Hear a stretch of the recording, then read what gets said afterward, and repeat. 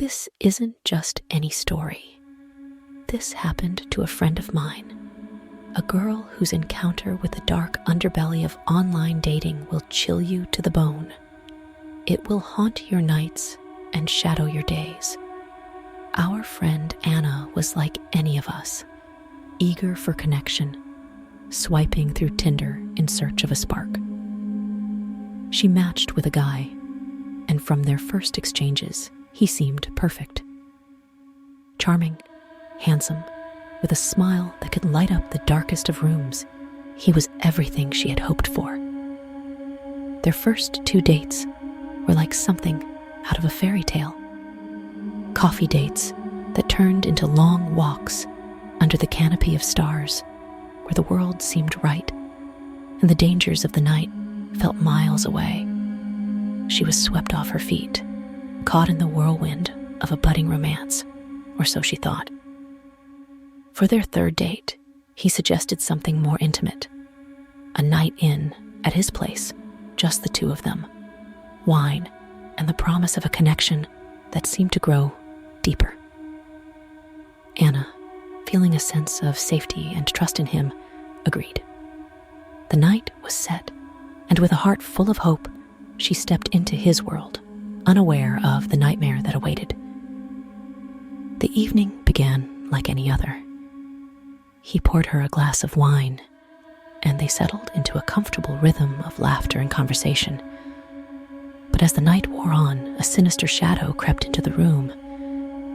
Anna started to feel strange, an all too familiar sensation of dizziness and disorientation washing over her. Panic gripped her heart as the realization dawned. She had been drugged. Once before, Anna had faced the terror of being roofied, an experience that left scars no one could see. But in this moment of sheer horror, her past became her savior. With a presence of mind that defied the poison coursing through her veins, she feigned normalcy, announcing cheerfully that she needed to use the toilet. Once inside, she locked the door behind her, a barrier between her and the monster outside. Trembling, she dialed the police, whispering her location and the nightmare she was trapped in. As the drugs pulled her under, she collapsed, the sound of sirens, a distant lullaby as darkness claimed her. When she awoke, it was to the blurred faces of her rescuers, voices muffled as if underwater. She was being carried, a bag over her head, a precaution, they later told her, against the horrors that lay in wait in the living room. The very thought sent shivers down her spine, a chill that not even the warmth of safety could dispel. Days later, Anna stood in the stark light of the police station, giving her statement with a courage that belied her inner turmoil. When she inquired about the bag over her head, the officers exchanged glances, the weight of their words heavy in the air.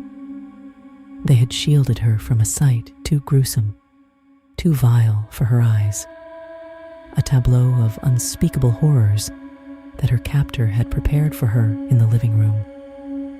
The man was arrested, his intentions dark and unfathomable, locked away where he could harm no one else. But for Anna, and for all of us who hold her story close, the shadows linger, a reminder of the darkness that walks among us, cloaked in the guise of normalcy.